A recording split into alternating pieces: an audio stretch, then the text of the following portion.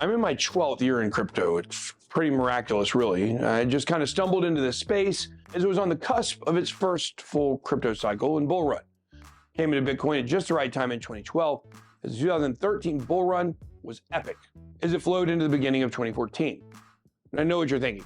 Wow, Ben, you're so amazing and smart and lucky. You're so early. It's true. I was lucky that the software I was using at the time just happened to turn me onto Bitcoin. But I was not first, not even close to the first wave of crypto. Bitcoin was built by the icons who came before me. Today, I'm going to examine the early beginnings of Bitcoin and all of the madness that took place before even I ever stepped in the crypto world. Let's get it. I'm not a financial advisor. Welcome to Armstrong Crypto X. Don't just trade crypto, experience it. Start your crypto journey off right by hitting that subscribe button and joining Ben Nation. So in this video, I'm back for another edition of our crypto history series. If you like these videos, hit the like button so I know you want me to keep doing them. In my last history video, I covered the experiments in crypto and digital currencies that came before Bitcoin. If you missed that video, make sure you check that one out first so you can follow along. Now, on to the beginnings of Bitcoin. It all started on October 31st, Halloween 2008, when a member of the cyberpunk mailing list calling themselves Satoshi Nakamoto posted about a new electronic cash system that was fully peer-to-peer with no trusted third party. The paper was called Bitcoin, a peer-to-peer electronic cash system, but now it's famously known as the Bitcoin white paper. Even after all of these years, the identity of Satoshi has never been made public. And even though I have some ideas and intel of my own, it's not my place to share that information and shine a light on someone that wants to keep that privacy. If you missed my video where we discussed the creation of digital currencies before Bitcoin, make sure to check out the link on the screen so you can catch up. So the concept that Satoshi laid out in his white paper is what the hacker anarchists of the early internet always wanted, a totally decentralized and anonymous digital currency. It also had many similarities to the software that came before it, and Satoshi referenced the early cryptocurrency projects that inspired Bitcoin, including Nick Szabo's take on proof of work. This paper was published after decades of experiments in digital currency that never really led to anything. So people were skeptical about Bitcoin at first because it seemed like cryptocurrency just wasn't going to be possible. It turned out that all those experiments over the years actually did amount to something because they gave Satoshi the building blocks that were needed to create Bitcoin. Satoshi changed the game entirely by combining the best ideas from the industry and taking them to the next level. Now, it's important to understand that the motivations here were a lot deeper than the founding of most tech projects. So it wasn't about money or fame. Satoshi and the cyberpunks, well, they didn't trust authority. That all changed with the passing of the U.S. Bank Secrecy Act in 1970. It requires banks and financial institutions to report high-value transactions and keep records of account balances just in case the government wants to dig into somebody's business. It wasn't just a privacy feature that put Bitcoin in opposition to the traditional world. It was also its economic model. In the United States and with most countries around the world, central banks control an infinite money supply that they can increase at any time. That's like kind of the problem. Bitcoin, on the other hand, is limited to only 21 million coins, and they are mined slowly over the course of many years, which makes it a scarce asset. Instead of a central bank, the value on Bitcoin is secured by miners that participate in a decentralized network of computers spread out all over the world. A few months after publishing the white paper, Satoshi released the first version of Bitcoin software on January 3rd, 2009, and mined the very first block, called the Genesis block, which had a reward of 50 Bitcoin. Satoshi also included a message in the transaction that quoted a newspaper headline from the Times in the UK that said, "Chancellor on brink of second bailout for banks." Remember, this was all happening in the aftermath of the financial crisis of 2008, when the massive bailouts given to irresponsible banks were all over the news. You see, Bitcoin was not a direct response to this single event, but the crisis was a perfect example of the systemic problems that Bitcoin was hoping to solve. The first person to run the Bitcoin software aside from Satoshi was the cyberpunk Hal Finney. On January 10th, 2008, the day after the software was released, Hal Finney posted "Running Bitcoin" on Twitter. The post has thousands of likes and retweets now, but nobody noticed it at the time. 2 days later, on January 12th, Satoshi sent Hal Finney 10 Bitcoin in the first Bitcoin transaction. It seemed that the software worked, but it wasn't entirely perfect.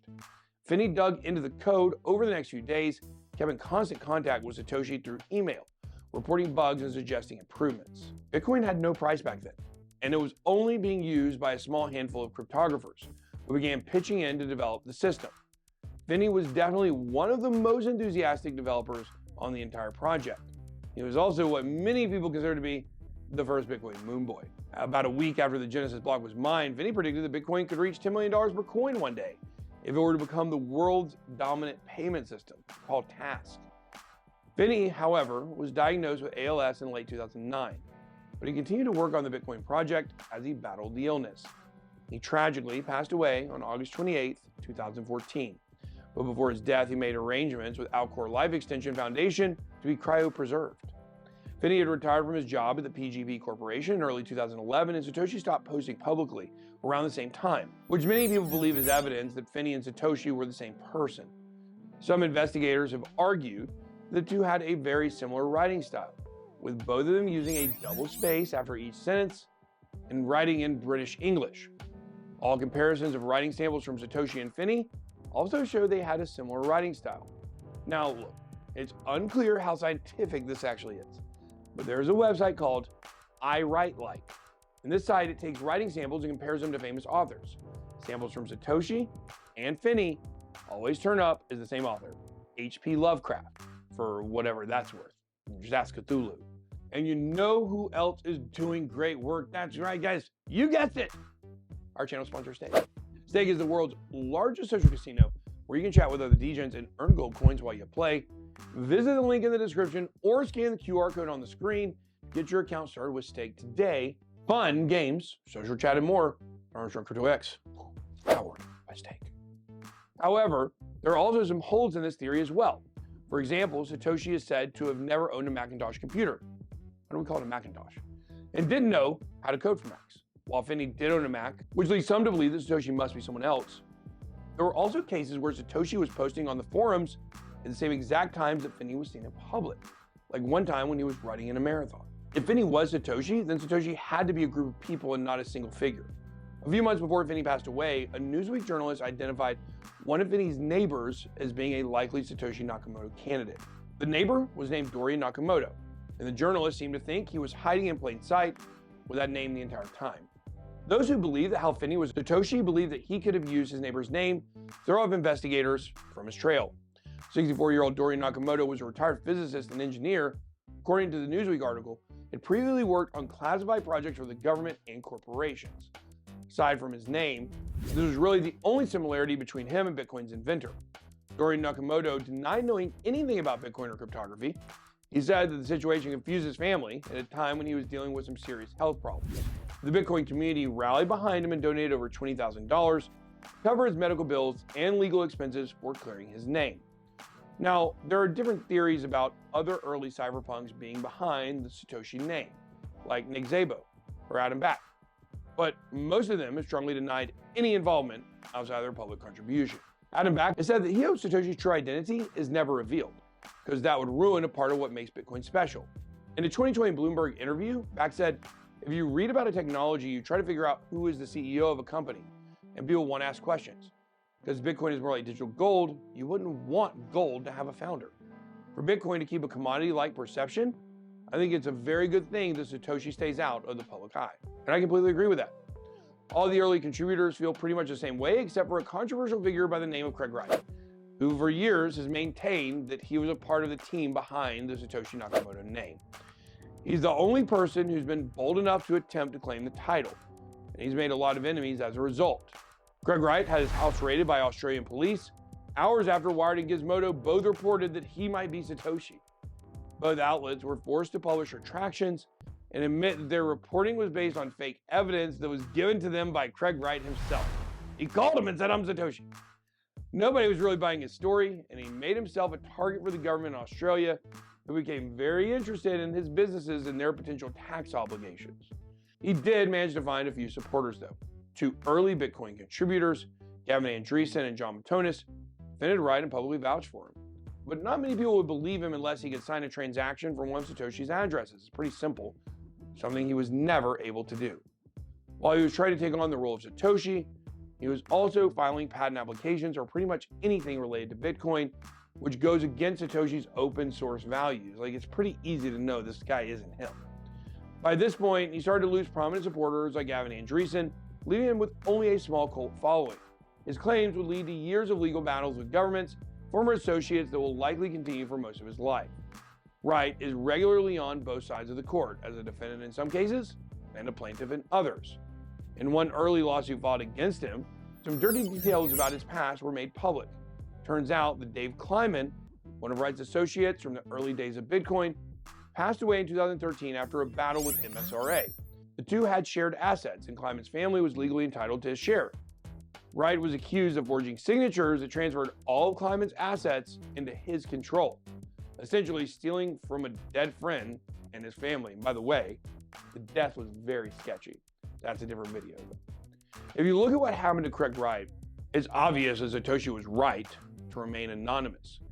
Because whenever a theory about Satoshi's true identity reached the news, law enforcement agencies would be knocking on their door within hours. This actually happened a lot back in the day. There were quite a few totally uninvolved people that were accused of being Satoshi by regular journalists and nearly had their lives ruined. In the very first years of its development, Bitcoin was just a passion project among a small group of people who volunteered their time to its development. There was no price for Bitcoin, and even though the early users were making transactions to test things out, nobody was actually buying anything with Bitcoin. That all changed on May 22nd, 2010, now known as Pizza Day in the crypto community, when the first retail purchase was made with Bitcoin. It was a little before I got involved with Bitcoin in 2012, so this stuff even predates me. A programmer, an early Bitcoin adopter named Laszlo Hanich, posted a thread on the Bitcoin Talk forum where he offered to pay 10,000 Bitcoin to have a couple pizzas delivered to him. How'd you get this idea to trade Bitcoin for pizza? I just honestly thought it would be really cool if I could say, hey, I just traded this, open source internet money for a real world good. And I thought, what better thing than food? Food is a basic necessity. At the time, Bitcoin had no formal price and was worth basically nothing. But someone took him up on this offer and paid to have a nearby Papa John's deliver the pizza in exchange for 10,000 Bitcoin. After seeing that it worked, he made another post a few days later with an open offer, saying that I will trade 10,000 BTC for 2 of these pizzas anytime as long as I have the funds. I usually have plenty. Insane. He kept the offer going for a few months and gave other early adopters the same deal. It's a fun story, and a lot of people like to laugh about how this guy spent billions of dollars on pizza, but he has no regrets. He was a part of Bitcoin history, and his transaction helped to prove the Bitcoin use case and to hype up the community.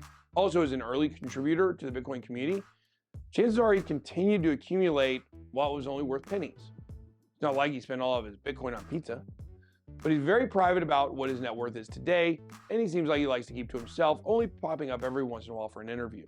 Make sure you check out my video on the Bitcoin block size war to learn more about how it all went down, but I want to know what you think about Satoshi and the early Bitcoin contributors. Let me know down below in the comments, and don't forget to click that like button on your way out. It helps us keep the lights on. Be blessed.